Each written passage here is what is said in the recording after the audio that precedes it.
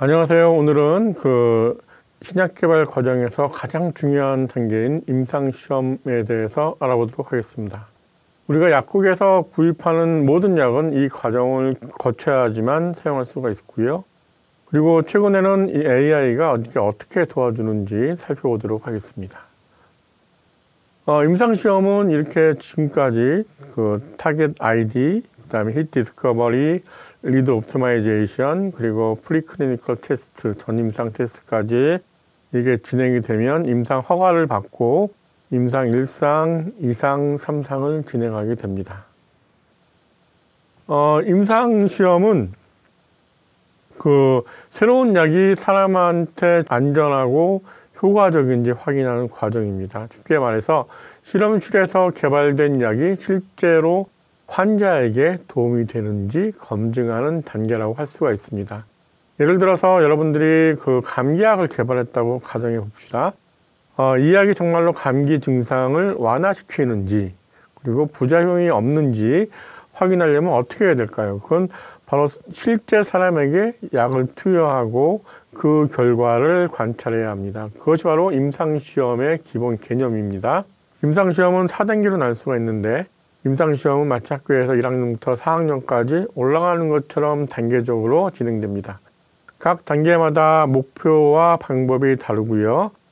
임상 1상 시험은 이 약이 과연 안전한가? 그래서 임상 1상 시험은 환자를 대상으로 하지 않고 건강한 지원자를 대상으로 해서 약물의 안전성, 이 약물이 안전한가? 그리고 약물 동태, 몸에 들어가서 어떻게 PK, 파마코키네틱스를 평가하게 됩니다.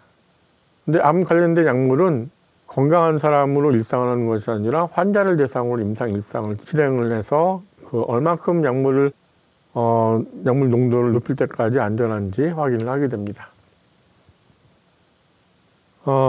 보통 건강한 지원자 20명, 80명 정도 하게 되고요. 임상 1상에서는 단회 투여 다음에 이제 반복 투여를 하게 되고 그리고 임상 1상에서 시기 관련된 임상을 하기도 합니다.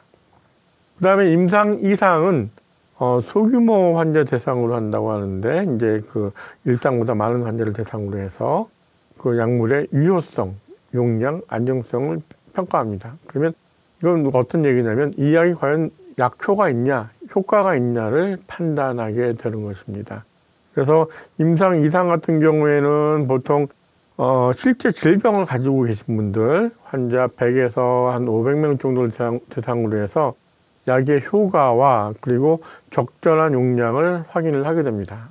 임상 1상에서는 환자를 모집해서 할 때 적은 용량부터 올려가면서 이제 독성 용량이 어디서 나오는지 확인을 하기도 하고 그리고 임상 2상에서는 이제 이 약물이 약효가 있는지 확인을 하는 단계입니다.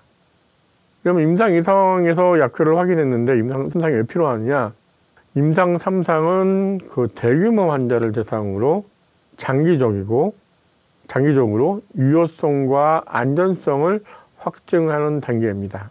여기서는 이제 기존 치료법보다 좋은지 판단해야 되기 때문에 상당히 많은 임상 환자들이 여기에 들어와서 임상시험에 참여를 하게 됩니다. 그리고 약물이 이제 3상을 끝나고 이제 NDA를 내서 이제 시판 허가를 받고 시판에 나온 다음에 그 다음에도 이제 임상시험이 있습니다. 임상 4상이라고 해서 약물 승인 후에 장기적인 부작용과 효과를 모니터링하는 것인데요. 이 약이 실제 사용에도 안전하고 효과적인지 임상 4상을 계속하면서 이제 시판 후 조사를 하게 되면서 이제 임상시험을 진행하게 됩니다. 관련 데이터베이스는 AACT라고 해서 예전에 클리니컬 트라이얼을 사람들이 많이 봤는데 AACT는 세계 각국의 임상시험 정보를 모아놓은 데이터베이스고요. 이 데이터베이스에 이제 비슷한 임상시험 결과가 있는지 비교하고 전 세계적으로 임상시험 트렌드가 어떻게 되는지 파악할 수가 있습니다. 그리고 두 번째는 유드라시티라는 EUDRACT, 유드라시티란 유럽에서 진행되는 임상정보를 모아놓은 데이터베이스인데요. 유럽에서 약을 개발하거나 판매하고 싶다면 이 데이터베이스에 임상시험을 등록해야 합니다. 그 소프트웨어로서는 이제 IBM의 클리니컬 디벨롭먼트라는 프로그램은 임상시험의 모든 데이터를 수집하고 관리하는 종합 프로그램이고요. 이 외에도 뭐 임상시험 관련된 소프트웨어로 비바라는 것도 있습니다. 그리고 레드캡은 무료로 사용할 수 있는 데이터 수집 도구로 특히 소규모 연구나 학술에 적합한 것이고요. 그리고 그 AI가 임상시험을 변화시키는 방법, 그 네 가지를 볼 수가 있는데요. 그 참가자 모집 최적화, AI는 전자 건강 기록을 분석해서 임상시험에 적합한 환자를 찾는 데 도움을 줄 수가 있습니다. 예를 들어서 특정 질환을 가진 환자 중에서 임상시험 참여 조건에 맞는 사람들을 빠르게 식별할 수 있고요. 그리고 임상시험에서 가장 중요한 부분이 어떤 환자가 들어와서 임상을 하는지가 임상의 성공 여부에 많은 영향을 끼치게 됩니다. 그래서 예를 들어서 이제 그 예전에 저 같은 경우는 그 관절염 치료제를 개발하는데 그 면역 억제제 쪽으로 하는데 면역과 관련된 약물을 그 많이 그 바이오로직스를 쓴 사람들한테서는 이게 반응성이 낮게 나올 수가 있습니다. 그래서 유럽으로 이제 임상을 가는데 유럽에서 이제 서유럽과 동유럽을 볼 때 서유럽 사람들은 그 바이오로직스 생물학적 제제를 많이 사용하는 사람이 많았고요. 그 반면에 동유럽에 계신 분들은 바이오로직스 사용한 분들이 그래도 분포가 적었기 때문에 저희는 동쪽 유럽에 있는 나라에 가서 임상시험을 한 경험이 있습니다. 이처럼 임상 조건에 맞는 사람들을 AI로 분석하고 그 어떤 나라에서 할 건지도 이제 판단할 수 있게 지금 사람들이 많이 개발하고 있고 적용하고 있습니다. 두 번째로 실시간 데이터 모니터링이 가능합니다. 웨어러블 기기가 많이 여러분들 시계 같은 경우도 그 웨어러블 기기에 포함돼서 여기서 이제 데이터가 나올 수가 있죠. 이런 것들이 AI와 결합하면 참가자의 건강 상태를 실시간으로 모니터링할 수가 있습니다. 예를 들어서 심장질환 약물 시험에서 참가자들의 심박수, 혈압 이런 것들을 실시간으로 지속적으로 측정을 하고 분석을 할 수가 있습니다. 그리고 세 번째로 부작용 예측이 있는데 AI 모델은 약물의 화학 구조와 과거 데이터를 분석해서 잠재적인 부작용을 예측을 할 수가 있습니다. 이를 통해서 임상시험 전에 미리 이제 위험을 파악하고 대비를 할 수가 있습니다. 그리고 네 번째는 임상시험 결과를 예측을 할 수가 있습니다. AI는 초기 임상시험 데이터를 바탕으로 해서 최종 결과를 예측을 하는데 이를 통해서 실패 가능성이 높은 약물 개발을 조기에 중단하거나 유망한 약물에 더 많은 자원을 투입하는 결정을 내릴 수가 있습니다. 예전엔 통계적으로 분석을 해가지고 이것이 실패 가능성이 높은지 아니면 유망한 약물인지 했었는데 이제는 AI를 통해서 보다 그 자세하게 정밀하게 이제 예측을 하게 됩니다. 임상시험 실습을 해보도록 하겠습니다. 네, 임상시험 실습을 하도록 하겠습니다. AI 기반 임상시험 데이터 분석 실습인데 이번엔 간단하게 가도록 하겠습니다. 필요한 라이브러리를 맨 처음에 임포트 하고요. 그 다음에 시각화 설정을 하고 맨 처음 단계에 이제 임상시험 데이터를 생성을 했습니다. 먼저 분과 마찬가지로 임상 효능 점수, 뭐 안정성 점수, 바이오마커 변화율 이런 것들을 쭉 했고요. 약물 승인 결정을 30% 이상 갖도록 설정을 했습니다. 좀 높게 설정을 했고요. 그 다음에 상위 약 30% 승인으로 결정을 했고, 이거는 그 데이터 프레임에 데이터들이 쭉 들어가도록 했습니다. 그래서 그런 식으로 했고, 2단계에서는 데이터 탐색 및 시각화 그 코드를 쭉 넣어놨습니다. 쭉 그 코드를 넣어놨고요. 3단계에서는 이 머신러닝 그 모델을 넣어놨습니다. 머신러닝을 넣어놨고요. 여기서 저희는 머신러닝 모델을 랜덤 포레스트 모델로 해서 이제 그 모델을 만들고 예측을 할 예정입니다.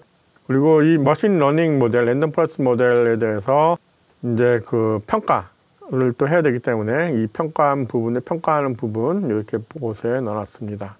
그리고 ROC 커버를 넣어놨고요. 그리고 특성 중요도 분석을 5단계에서 이제 하는 그 코드를 여기다 쭉 넣어놨습니다. 자세한 내용은 조금 이따가 결과를 보고 또 설명드리도록 하겠습니다. 6단계에서는 새로운 약물 승인 예측을 이제 했습니다. 그래서 가상의 이제 약물 생성을 3개를 했고요. 여기에 각각에 대해서 이제 뭐 바이오마커 체인지라든지 그 애드버스 이벤트라든지 부작용이라든지 클리니컬 에피카시, 세이프티 스코어, 이제 그 트라이얼 사이즈라든지 이런 것들을 넣어가지고 새로운 약물에 대해서 이제 그 얘가 임상 승인이 될 것인지 예측하는 간단한 코드를 짜봤습니다. 그래서 데이터 정교하고 승인원 예측하고 결과 시각화하는 코드를 쭉 넣어서 이제 최종적으로 예측 승인 확률을 어떻게 해서 약물들에 대해서 이것은 승인 가능성이 높다, 승인 가능성이 낮다 이렇게 판단할 수 있게 코드를 넣어놨습니다. 그러면 이제 여기서부터 이제 보시면 될 것 같습니다. 결과는 이제 생성된 임상시험 데이터는 이렇게 5개, 원래 더 많은데 5개만 보여준 겁니다. 5개 보여줬고요. 그 다음에 이것도 마찬가지로 애드버스 이벤트 5개 화합물에 대해서 쭉 보여줬고, 데이터 기본 통계들 이렇게 보여줬습니다.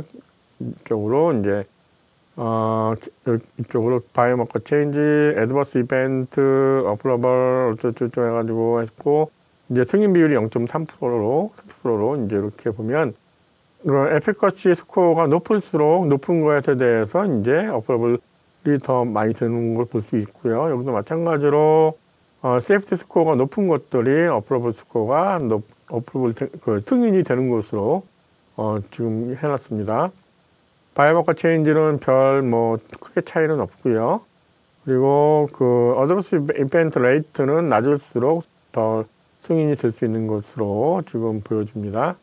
그래서 여기 보시면 분리보고서는 이렇게 됐고요. 프리시전과 리콜, F스코어 이런 것들이 에큐리시 이런 것들이 나와 있고 컨퓨전 매트릭스도 이렇게 그어졌습니다. 이건 ROC 커버라고 하는 거는 그건 또 나중에 설명드리겠지만 이건 주머니에서 뽑았을 때 참이 나올 확률이 이제 더 굉장히 높다는 것이고요. 이게 가운데가 랜덤, 파란 점이 랜덤이고요. 이게 쭉 1에 가까울수록 좋은 ROC 커버를 보여준다고 볼 수가 있겠습니다. 그리고 여기 어플러블 프리시전은 이렇게 볼 수가 있고요. 그래서 임포터스는 이제 중요도는 그 클리니컬 에피커시, 세이프티 스코어 수로 나눠져지고요. 바이오마커 체인지나 트라이얼 사이즈는 임포터스에서 좀 떨어지게 되죠. 좀 떨어지게 나오게 되고요. 그러면 이제 새로운 모델을 만들었으니까 새로운 약물 승인 예측 시뮬레이션을 하면 새로운 약물 데이터는 이렇습니다. 여기 어드밴스 이벤트까지 이렇게 되고요.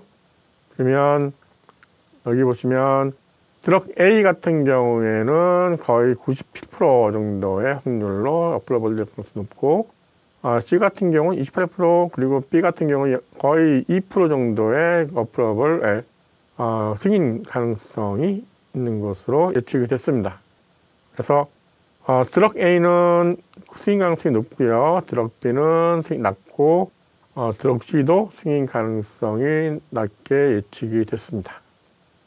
이처럼 그 모델을 만들어 가지고 원래는 훨씬 더 복잡하게 다양한 데이터가 들어가서 모델을 만들어줘야 되는데 여기서는 여러분들이 이제 이런 모델을 만들어서 가상 데이터를 만들고 모델을 만들어서 한번 경험하기 위해서 이런 코드를 보여드린 거고요.